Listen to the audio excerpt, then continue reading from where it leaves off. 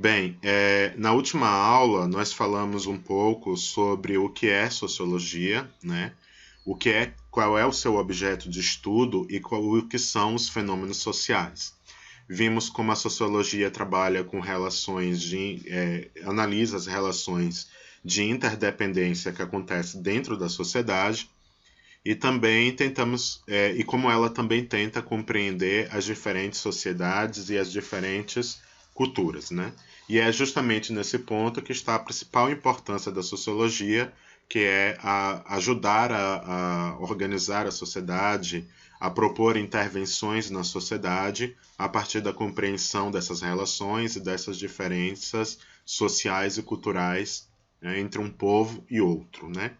E às vezes dentro de um mesmo povo, né? Porque tem muitos povos que têm vários grupos sociais, etnias e etc. dentro do mesmo grupo. Na aula de hoje eu vou falar sobre como foi que as ciências sociais, do qual a sociologia faz parte, né? Eu vou explicar para vocês, sim, como é que essas ciências surgiram, como foi que a sociologia surgiu também, quais foram os contextos históricos necessários para que essas ciências surgissem. Mas quando a gente fala de ciências sociais, nós estamos falando de uma coisa que é relativamente muito nova. O conhecimento da sociologia, o conhecimento sobre a sociedade, o conhecimento sobre a política, o conhecimento sobre o ser humano é muito antigo, é antiguíssimo.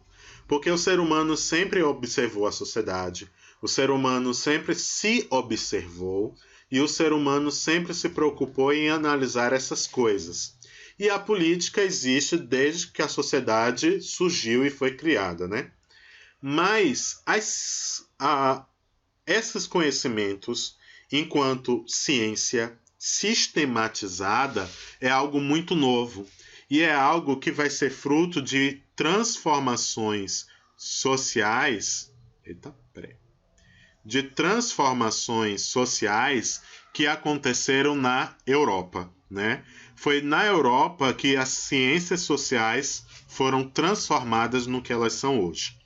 E aí, para eu explicar como foi que as ciências sociais surgiram, eu tenho que te explicar essa transformação social que a Europa viveu e que levou os europeus a uma necessidade de uma teoria social para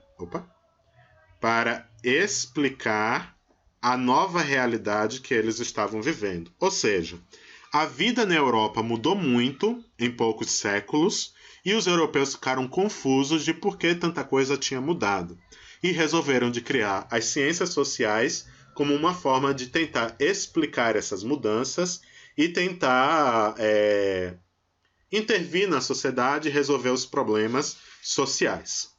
E aí, para isso, eu vou ter que falar bastante de história, né? Da história da Europa.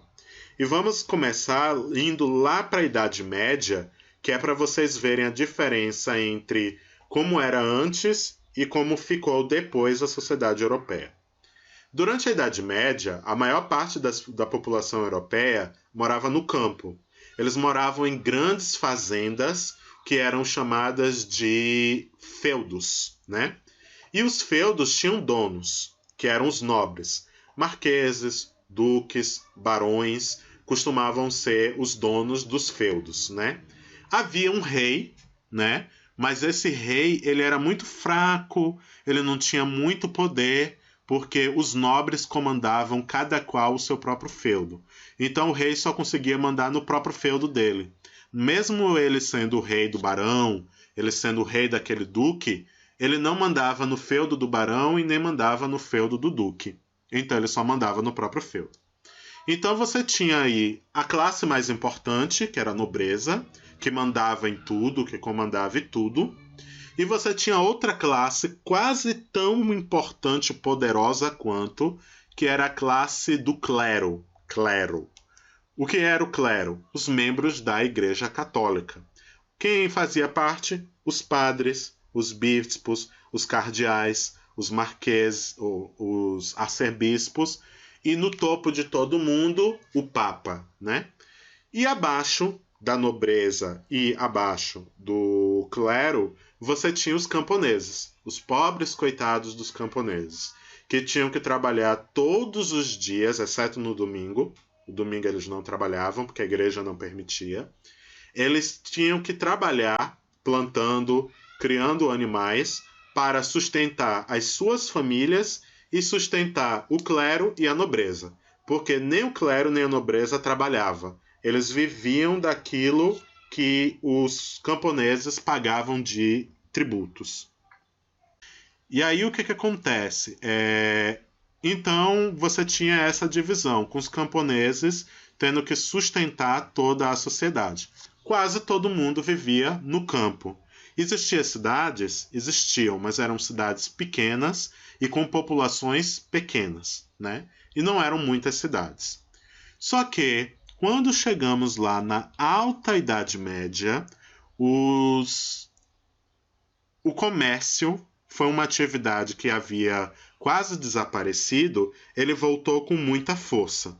E aí esse comércio vai fazer uma mudança muito profunda na organização da sociedade. O que acontece? À medida que as pessoas voltaram a fazer comércio, elas começaram a abandonar o campo, porque o comércio é uma atividade essencialmente das cidades. Quem mora na zona rural pode perceber que mesmo hoje em dia é difícil de você encontrar comércio, uma variedade de comércio na zona rural.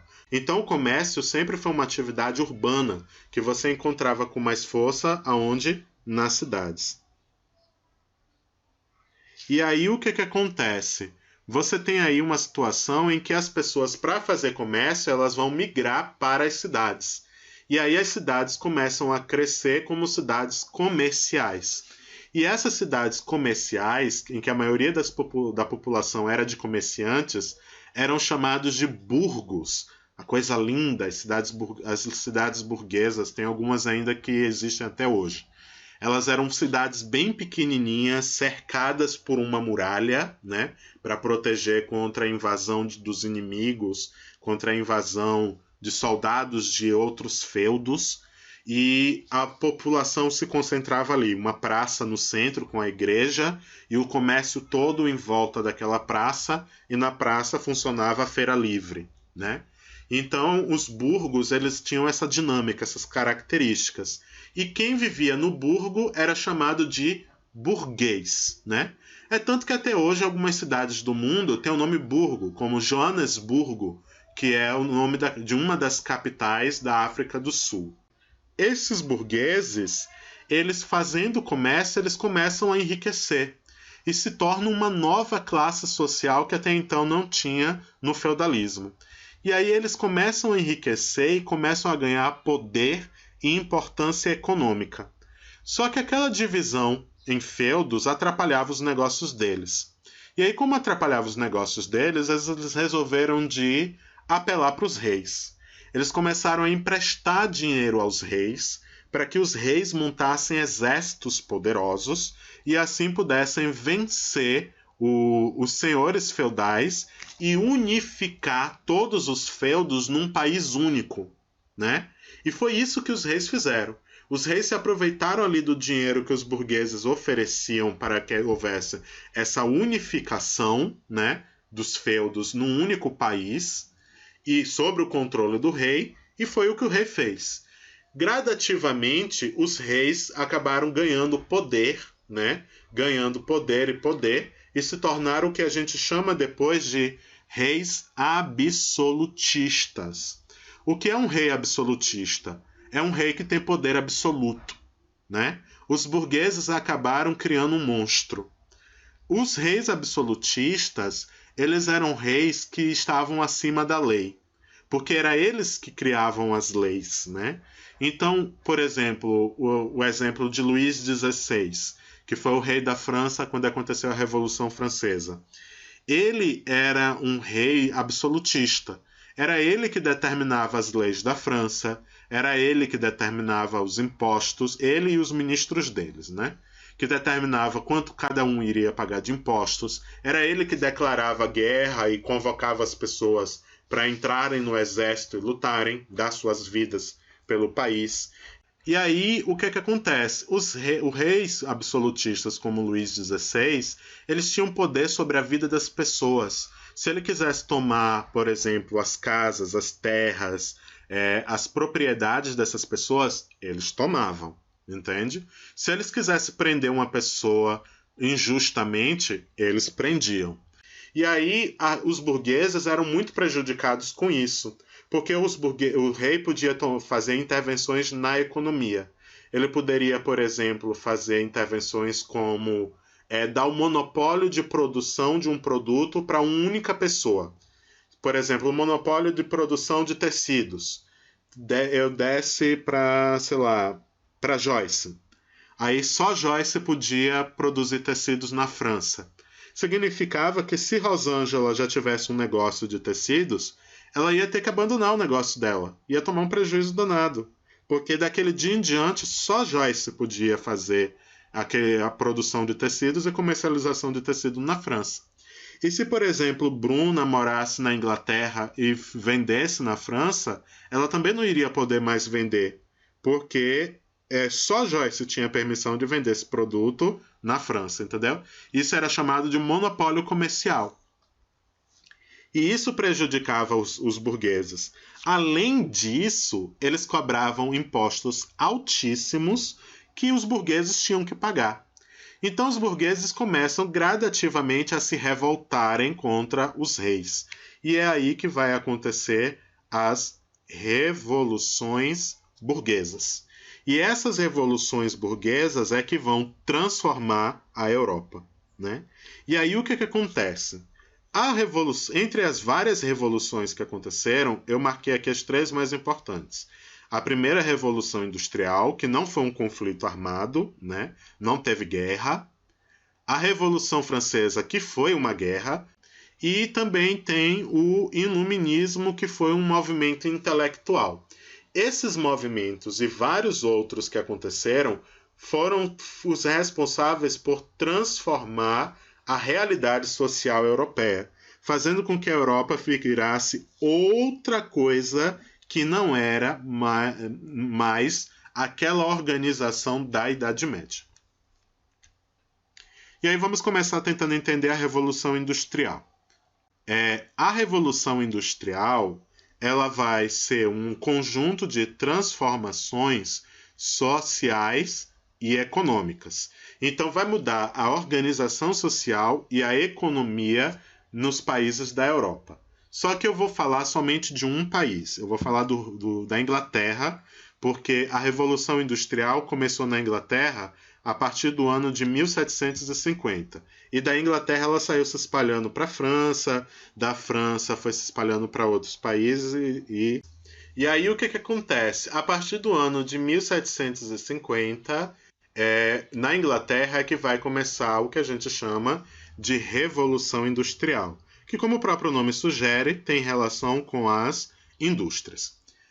Antes da Revolução Industrial, toda a produção de todos os produtos da Europa eram feitos à mão, eram manufaturados. Então, vou falar de tecidos. Se você precisava de um tecido para fazer uma roupa, aquele tecido ele seria transformado em tecido por um trabalho que iria durar muitos dias. Inicialmente, tinha que se transformar a lã em fios, né? E isso era feito à mão numa roca de fiar. Depois que você fazia todos os fios, você precisava de um tear, que era para você ir traçando esses fios, né? Emendando um fio no outro até que virasse um tecido. E além disso, você tinha também a questão do fato de que para fazer 1 metro de tecido, você poderia levar o dia inteiro. Então você podia levar até um dia inteiro para fazer 1 único metro de tecido, porque aquilo tudo era feito à mão. Qual era o resultado? Quem inventava de ter um comércio de tecido precisava empregar muita gente para conseguir dar conta dos pedidos. Então precisava ter muitos funcionários, cada um com um tear, produzindo ali o dia inteiro para poder produzir alguns metros de tecido por dia. Só que na Inglaterra teve um mocinho que descobriu uma tecnologia que foi chamada de motor a vapor, e ele usou esse motor a vapor para bombear a água de uma mina. E quando descobriram esse motor a vapor que ele tinha desenvolvido, os ingleses começaram a utilizar aquela mesma tecnologia para fabricar máquinas. Uma das máquinas que foram criadas foi o chamado tear mecânico, que era parecido com um tear manual, só que com a diferença que ele funcionava em parte sozinho. Ele ainda precisava de uma pessoa para ir ali passando o fio, mas ele ia batendo os fios e juntando eles sozinho. E era movido à força do vapor de água em alta temperatura. E aí o que acontece? Com o tear mecânico, aquele funcionário que levava um dia inteiro para fazer 1 metro de tecido, ele começava a fazer 5, 6, 7 metros em um único dia. Então você multiplicou em várias vezes a velocidade com a qual você produzia tecidos. E assim você pôde vender mais tecidos. Então a primeira coisa que aconteceu na Revolução Industrial foram inovações tecnológicas, né, que permitiram mudar a produção. E aí a produção deixa de ser manual para ser uma produção em série. Ou seja, produzir em grande quantidade. E quando você aumenta a produção, você pode cobrar mais barato pelo produto, né? Então você tinha aí um aumento também do consumo desses produtos, que vão ficar mais baratos, justamente porque estão produzindo em grande quantidade. E isso graças a um processo de mecanização industrial. O produto deixa de ser feito à mão, manufatura, para ser feito com auxílio de máquinas, a maquinofatura. E aí isso faz uma mudança no processo de produção. Mas pensem comigo, se o tecido é feito com lã de ovelha e você está produzindo cada vez mais tecido, significa dizer que você precisa de mais lã. Você vai precisar de muita lã para produzir muito tecido. Então, os ingleses eles começaram a perceber que eles precisavam aumentar a criação de ovelhas para produzir mais lã. E aí, os produtores, os criadores de ovelhas, né, os criadores de gado, perceberam que para conseguir vender mais lã, eles tinham que criar mais ovelhas, e para criar mais ovelhas, eles precisavam de mais pasto. E aí estava o problema. Os ingleses resolveram de criar uma lei, que foi chamada Lei de Cercamentos, né? E com essa lei de cercamentos, os ingleses tinham que fazer uma delimitação territorial. Ou seja, eles tinham que dividir a terra de acordo com a função que ela teria. Então, as terras que eram destinadas a pasto, por exemplo, elas tinham que ser definidas quais áreas seriam pasto e elas precisavam ser cercadas.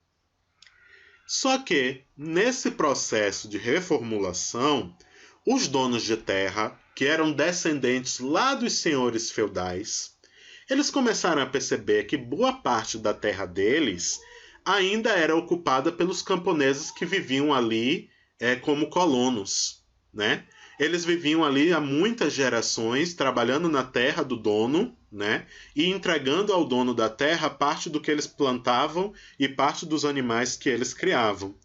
Só que eles começaram a perceber que se os camponeses não tivessem ali, eles poderiam transformar a terra que o camponês construiu sua casa e plantou a sua plantação, eles poderiam também transformar aquela terra em pasto. Botava para fora aquele povo e a terra que eles estavam ocupando virava pasto. E foi o que eles fizeram. Eles começaram a expulsar os camponeses do campo. E os camponeses para dar lugar a pasto. E os camponeses, sem ter para onde ir, foram para as cidades. Foram em busca de trabalho nas cidades.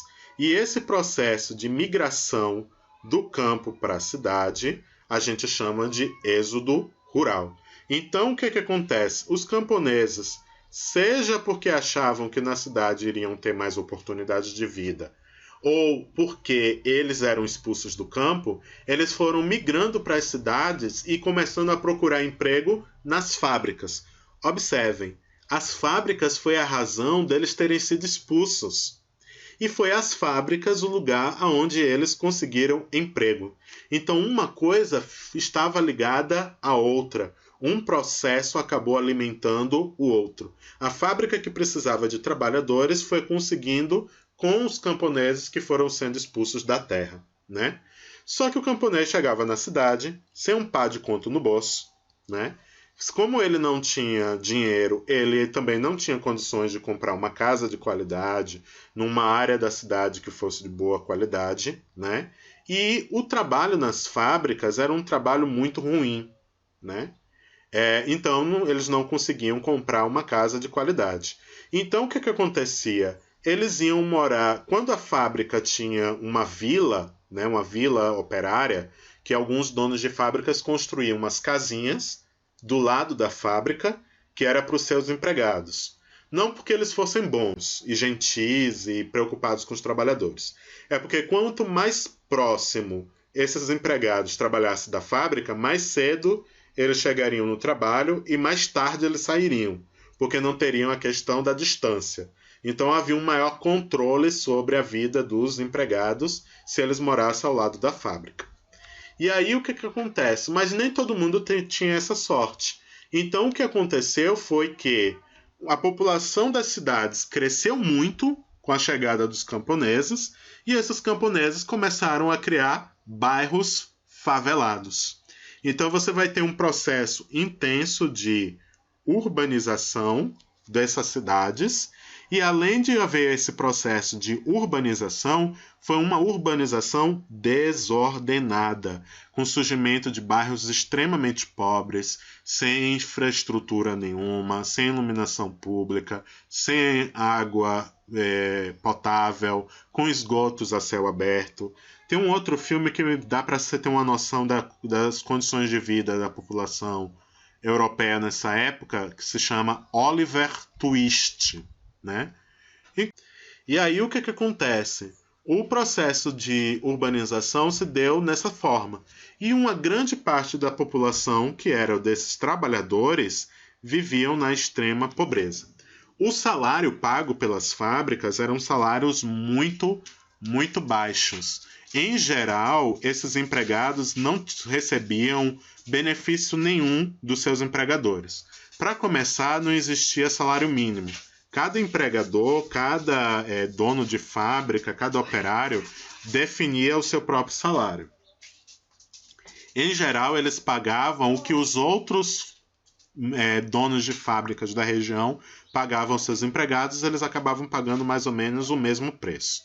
E além disso, as mulheres só ganhavam metade que os homens. E as crianças ganhavam menos que as mulheres.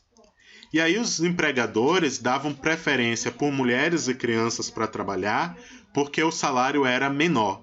Então era muito comum que na família o pai não conseguisse trabalho e só conseguisse trabalho a esposa e os filhos pequenos. E isso significava o quê? Que o dinheiro que eles conseguiam reunir também era muito pouco. Então o que acontece? Você tinha ali um processo de extrema pobreza, justamente porque os salários eram muito baixos, havia essa desigualdade salarial e as crianças e as mães não conseguiam trazer muito dinheiro para dentro de casa. Se o pai não trabalhasse, a coisa ficava ainda pior. Mas mesmo que ele trabalhasse, o salário dele era muito baixo para famílias muito grandes. O resultado que acontecia é que essas famílias viviam em extrema pobreza. Muitas vezes elas passavam fome, muitas vezes elas morriam de frio no inverno, principalmente os bebês acabavam morrendo de frio. A alimentação era muito ruim, as crianças eram subnutridas, como por exemplo, você tomar a única coisa que você tinha para comer era uma sopa rala, né, no final do dia. E olha que eles trabalhavam muito. As fábricas eles trabalhavam 12, 14, até 16 horas por dia, tendo somente um intervalo para o almoço. E aí, só que não existia direitos trabalhistas, não existia seguro-desemprego, não existia férias, não existia salário mínimo, não existia nenhum tipo de benefício se você sofresse um acidente. As fábricas não tinham segurança, então os acidentes eram muito comuns. pessoas perdiam dedos, mãos, crianças acabavam morrendo nas máquinas. Então, muitos acidentes também aconteciam. Então, o que a gente pode resumir é que as condições de vida e de trabalho eram condições insalubres. Não eram boas condições de trabalho e boas condições de vida, né? Era como se naquela época os trabalhadores vivessem na quebrada, entendeu? Vivesse ali numa situação bem chulesenta. E aí o que acontece? A gente vê uma grande mudança. Na Idade Média, quase vivia todo mundo no campo. Agora passa quase todo mundo para a cidade. Na Idade Média não existiam os operários, e o que foram chamados de proletariados, os trabalhadores das indústrias. Com a Revolução Industrial surge uma nova classe social, que foi a classe dos operários. E isso vai fazer com que as cidades aumentem de tamanho, isso vai aumentar a pobreza nas cidades. Então, o que a gente observa é que nesse processo você teve várias mudanças, e olha que a gente só viu a Revolução Industrial. Houve várias mudanças muito profundas na organização da sociedade europeia. E essas mudanças elas vão se tornando cada vez maiores. Certo? E aí é isso. As condições de vida mudam bastante. E aí, durante o período da Revolução Industrial, você acaba tendo a consolidação do capitalismo. O feudalismo vai deixando de existir até chegar o momento de desaparecer completamente, né? E o que vai se tornando predominante é a questão do capitalismo. E aí, no capitalismo, a gente vai ter... Oi? Não, o capitalismo nasceu com os burgueses. Quando o comércio começa a ganhar força na Europa, nasce o capitalismo comercial. Na Revolução Industrial, nasce o capitalismo industrial. E aí o que acontece? Só que ainda existia feudalismo, entendeu? Quando os camponeses começam a ser expulsos do campo e começam a fazer êxodo rural, o feudalismo vai deixando de existir. Porque o camponês é a base do feudalismo, entende? Quem sustentava o clero e a nobreza eram os camponeses. Se os camponeses estão deixando o campo para ir para a cidade, o feudalismo desaba, entendeu? E no caso da Inglaterra, os próprios nobres começaram a preferir criar gado a ter camponeses sob o seu controle, entendeu? Então o feudalismo, o capitalismo já existia, mas ele vai se consolidando. O que é se consolidar? É se tornar firme. Digamos, por exemplo, como um bebê. O bebê, ele começa engateando, ele começa dando os primeiros passos e caindo, ele ainda não tem força para andar com segurança. Quando ele se consolida, é quando ele começa a andar com confiança sem cair. O capitalismo era assim, o capitalismo ainda era fraco, o capitalismo ainda não tinha se espalhado pela Europa inteira, o capitalismo ainda não tinha convertido as pessoas ao seu sistema por inteiro, mas com a Revolução Industrial ele se torna dominante na Europa. E as pessoas abandonam o jeito de fazer as coisas do feudalismo e começam a fazer do jeito dos capitalistas. E qual era o jeito dos capitalistas? Tudo tem dono. Os meios de produção têm dono. A fábrica tem um dono, as máquinas têm donos, a loja onde vende o produto tem um dono, os produtos que estão lá têm donos. Então, o capitalismo valorizava muito a questão da propriedade privada, que era uma coisa que só tinha os senhores feudais e a igreja, né? Só a igreja e os senhores feudais era que tinham propriedades privadas. Mas, por exemplo, o senhor feudal não era dono das ferramentas de trabalho do camponês. Não era dono do ancinho, dos facões, das enxadas dos camponeses, nem do cavalo que o camponês usava para puxar o arado. Isso tudo pertencia ao camponês. E no capitalismo, não. No capitalismo, o dono da fazenda também é dono das ferramentas e das máquinas usadas. No capitalismo, o dono da fábrica é dono das ferramentas, das máquinas, do produto e da matéria-prima. No artesanato, por exemplo, lá na manufatura, você podia trabalhar para outra pessoa, mas as suas ferramentas de trabalho eram suas, entende? No capitalismo, não. Se você fosse trabalhar numa fábrica, você não podia levar as suas ferramentas. Você ia usar as ferramentas da fábrica. E as ferramentas da fábrica eram uma propriedade privada. Você não podia levar para casa. Se você quebrasse, você tinha que pagar. Se você desse fim, você tinha que pagar porque tinha dono. Então, essa é a primeira mudança de lógica. Além disso, há uma busca por mercados novos. O que é isso? No feudalismo, não se tinha uma preocupação de buscar, né, quem compre os produtos do feudo. Porque os produtos do feudo eram consumidos no próprio feudo. No capitalismo, não. Como o capitalismo vai produzir produtos para uma grande quantidade de pessoas, e em grande quantidade, eles precisam de pessoas para comprar esse produto. Pense bem. Se eu começar a produzir milhões de metros de tecido todos os anos, e for um tecido que dura muito tempo, vai chegar um momento que as pessoas da cidade onde fica a minha fábrica não vão precisar ficar comprando tanto tecido como no começo da minha produção. E aí eu vou começar a ficar com tecido entulhado no estoque. Então eu tenho que começar a vender o meu tecido em outras cidades para conseguir dar conta de vender tudo que eu produzo. Essa era uma coisa que não existia no feudalismo. No feudalismo só se produzia o que era necessário para a sobrevivência. Não se produzia a mais do que era necessário. No capitalismo, não. No capitalismo, a gente sempre produz a mais. Porque quanto mais a gente vender, mais o quê? Mais lucro se pode obter. No feudalismo, não se tinha objetivo de criar lucro. O objetivo era sobreviver e pagar impostos. E aí o que acontece? O lucro começa a se tornar uma coisa importante, que não era no feudalismo.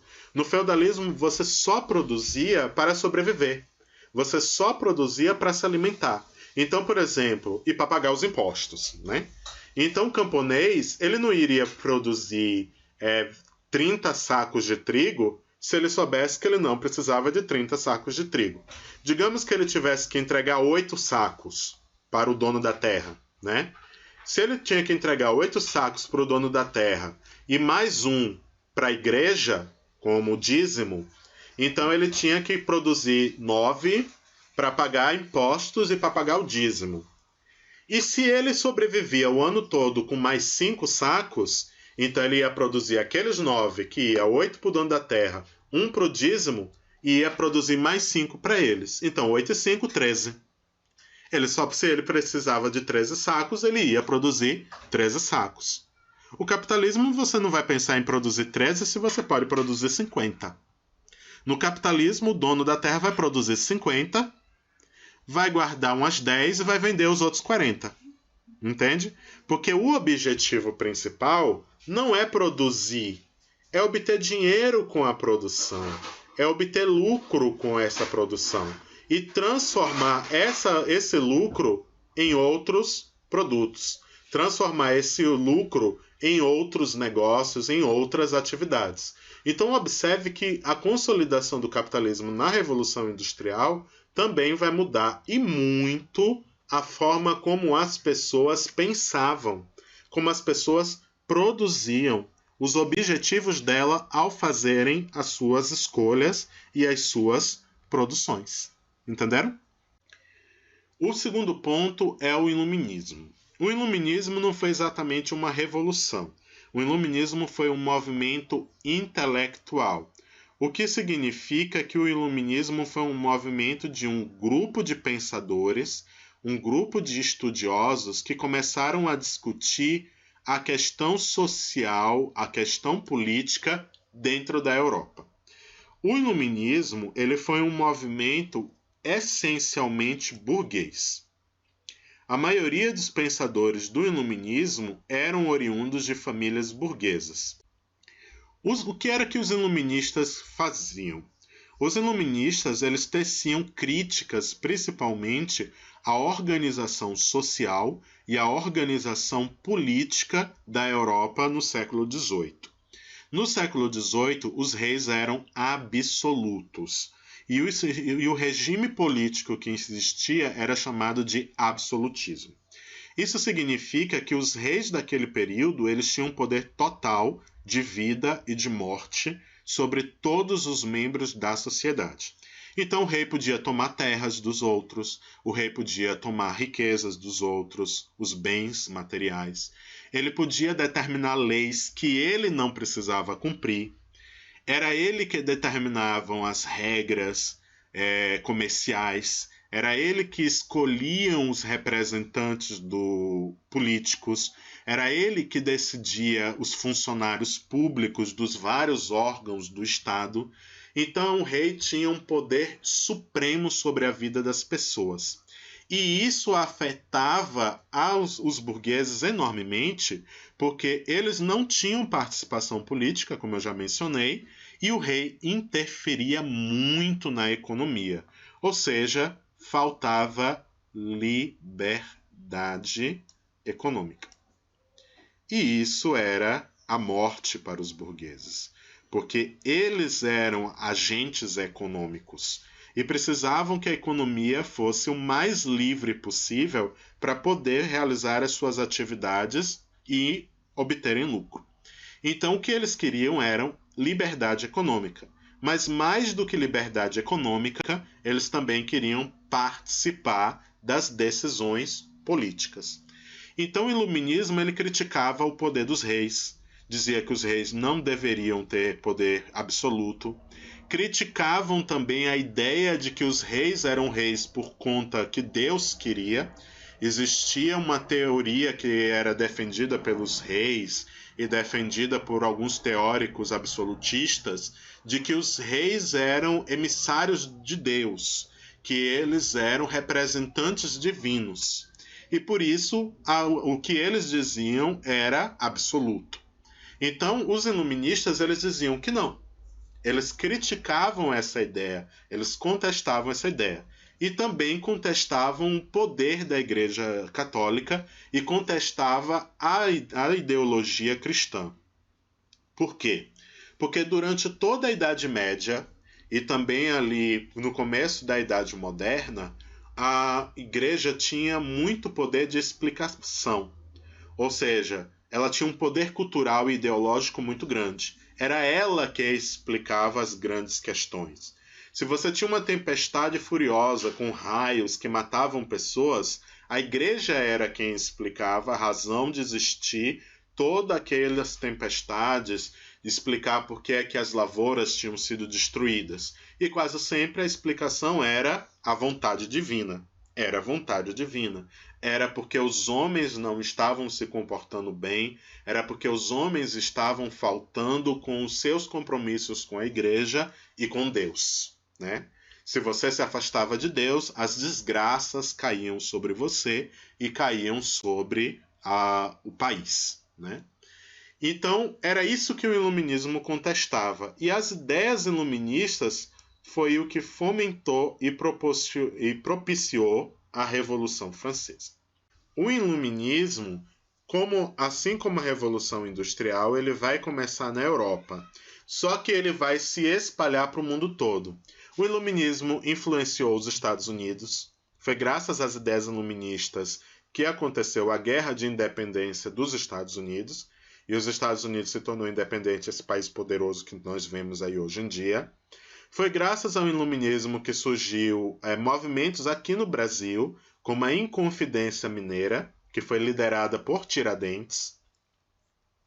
Foi um movimento burguês brasileiro, né? E também um movimento iluminista, influenciado pelo iluminismo. A Guerra de Independência do Haiti também foi influenciada pelo iluminismo. O Haiti é um país hoje muito pobre, cheio de problemas sociais, econômicos e políticos, mas foi o primeiro país negro da América a se tornar independente, e uma independência feita pelos escravos, que lutaram e conseguiram tomar o controle do país. E todos esses movimentos foram influenciados diretamente ou indiretamente pelo iluminismo europeu. Certo. E o iluminismo, ele também vai propiciar, ele vai influenciar o que a gente chamou de Revolução Francesa no ano de 1789. A Revolução Francesa, como o nome já diz, aconteceu na França. E essa revolução, ela foi resultado de uma série de fatores que estavam acontecendo na França naquela época. A França tinha passado por um período de uma crise econômica muito grave, que aconteceu por conta de uma série de problemas ambientais. Você teve um período de muitas enchentes, um período de invernos muito rigorosos, e isso acabou destruindo grande parte da produção agrícola francesa. E a maioria da população francesa vivia no campo. E aí o que é que acontece? Um dos campos que mais tiveram impacto negativo foi a produção do trigo. E o trigo é a principal matéria-prima da produção do pão. E o pão, por sua vez, era o principal alimento dos franceses, principalmente dos franceses mais pobres que viviam nas cidades. Como o trigo, a produção de trigo vai cair, o preço do pão vai aumentar, porque o trigo é a principal matéria-prima para fazer o pão. E aí você vai ter um período que foi chamado de carestia. O preço do pão estava extremamente elevado, os franceses não tinham condição de comprar pão o suficiente para matar a sua fome, e o resultado foi que muitos franceses começaram a morrer de fome. Além disso, a França também tinha passado por um longo período de guerra, principalmente contra a Inglaterra. Um desses períodos foi chamado de a Guerra dos 100 Anos, que foi do século XIV até o século XV, né? Houve outras guerras e outros conflitos envolvendo a França durante o século XV, durante o século XVI e XVII, e do começo do século XVIII. Esse conjunto de muitas guerras acabou por empobrecer e endividar a França. E isso fez com que, no século XVIII, que foi quando aconteceu a Revolução Francesa, a França estivesse mergulhada em dívidas. Mais além do que disso, a corte real, o rei e os nobres que viviam em volta do rei, eles tinham altas despesas. O rei vivia em um luxo muito grande, né? A família real vivia num luxo muito grande. Eu recomendo a vocês depois darem uma olhadinha no Palácio de Versalhes, se vocês tiverem a oportunidade. Vocês podem ver vídeos do Palácio de Versalhes, que era uma das casas aonde vivia a família real. E aí, em geral, no Palácio de Versalhes, não morava somente a família real. Morava a família real e em torno de 200 pessoas. E eles viviam com muito luxo, muita riqueza. E o resultado disso era que eles acabavam endividando o país mais ainda para cobrir todas as despesas reais. O resultado era que o rei, diante de um estado empobrecido, diante de muitas dívidas que ele acumulava, tanto por conta de guerras, como por conta dos seus próprios luxos, né? E também diante de uma situação em que a maior parte da população estava numa crise econômica e eles costumavam aumentar muito os impostos. O resultado foi que os burgueses se revoltaram com aquela situação, se revoltaram com o governo de Luís XVI, que era o atual rei da França da época, e incitaram a população a se revoltar. Eles começaram a difundir a ideia de que a sociedade francesa precisava ser uma sociedade de iguais. Ou seja, eles defendiam a ideia de igualdade entre os seres humanos, né? Um caô, na verdade, que eles jogaram na população mais pobre. Porque depois que eles conseguiram o que eles queriam, eles abandonaram a população mais pobre. Mas eles defendiam um lema que era fraternidade, igualdade e liberdade, né? Eu não lembro exatamente a ordem dessas três palavras, mas era o que eles defendiam. E aí a população pobre, vivendo uma situação de miséria, comprou essa ideia defendida pelos burgueses, pegaram em armas, invadiram a prisão parisiense, que era a Bastilha, roubaram todas as armas que conseguiram e foram marchar em direção ao Palácio de Versalhes. O rei tentou fugir, mas não conseguiu, acabou sendo preso, né? Acabou sendo preso e foi obrigado a ceder ao governo liderado pelos burgueses. Quando o rei tentou fugir de novo, e quase conseguiu fugir, os burgueses resolveram de cortar a cabeça dele, da rainha, por conta que consideraram que eles tinham cometido traição contra a França. E aí, a partir daquele momento, a França se torna uma república durante vários anos e depois vai se tornar um império sob o governo de Napoleão Bonaparte, né? E aí o que acontece? Essas ideias defendidas pela Revolução Francesa, essa revolta contra os reis, ela vai se espalhar pela Europa inteira. Muitos reis vão fazer reformas para não perderem as cabeças também, não perderem o trono, e outros vão reprimir com muita violência todas as tentativas do povo de tomar o poder, as tentativas da burguesia. Só que isso fez com que a Europa inteira mudasse e passasse por uma série de revoltas e revoluções. Então, como vocês podem observar, o século XVIII foi um século de quê?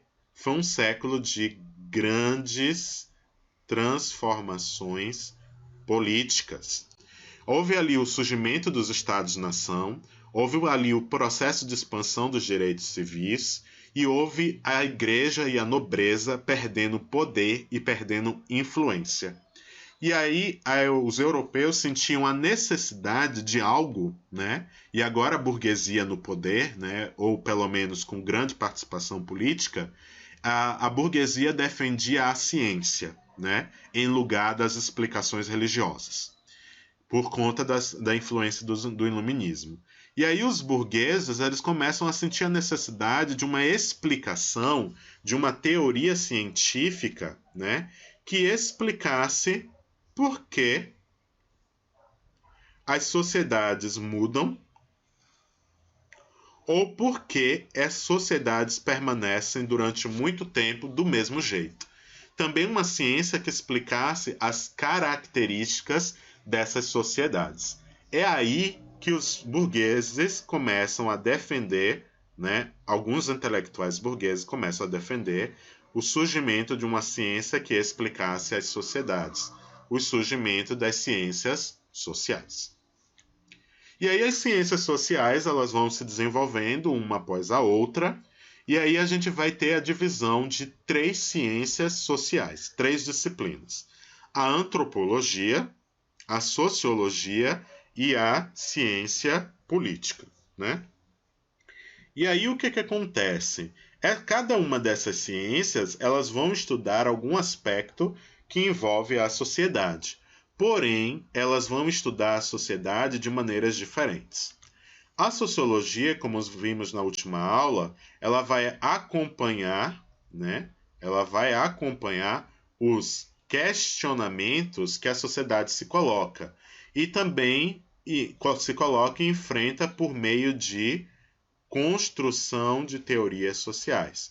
Então a sociologia vai criar teorias para explicar o comportamento da sociedade e dar resposta aos questionamentos sociais.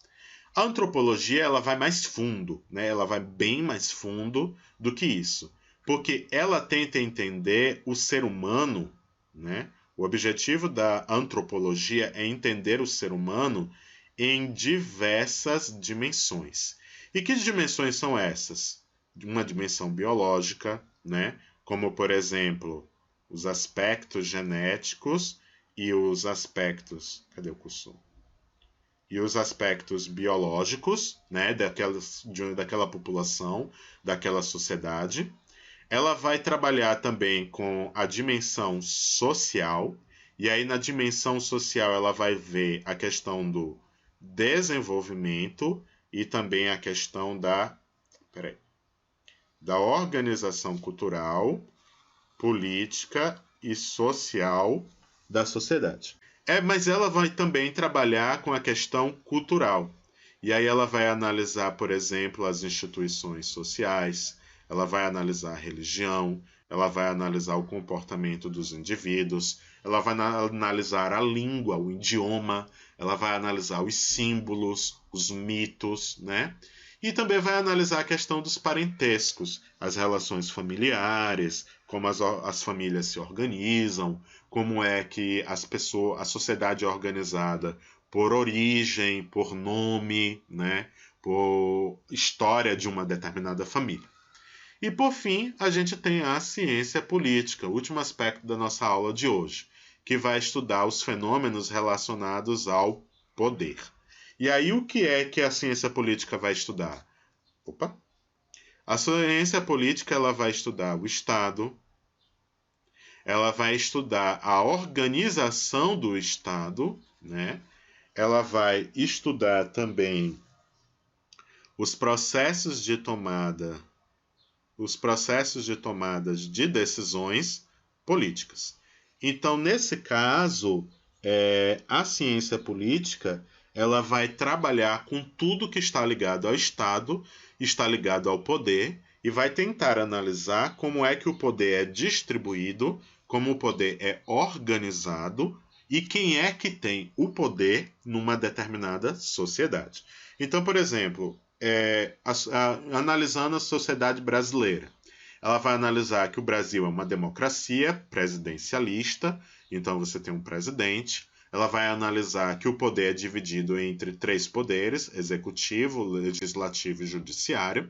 Ela vai analisar que a maior parte das pessoas que se tornam políticos e que detêm o poder político no país são oriundos de famílias ricas, proprietários de terras, donos de indústrias, né, donos de grandes empresas, é quem acaba governando o país. E que a participação de membros da população mais pobre no Congresso, no Senado, né, nas câmaras de vereadores e de deputados é muito pequena. E vai analisar como vai haver as questões da corrupção, do clientelismo, todas essas questões ligadas ao poder político e ao poder do Estado no Brasil seria analisado pela ciência política brasileira. Então, a ciência política ela vai analisar todas essas questões de como é que o poder se organiza, de quem é que toma as decisões políticas e de quem é que realmente governa. Bem, e aí a nossa aula acaba por aqui.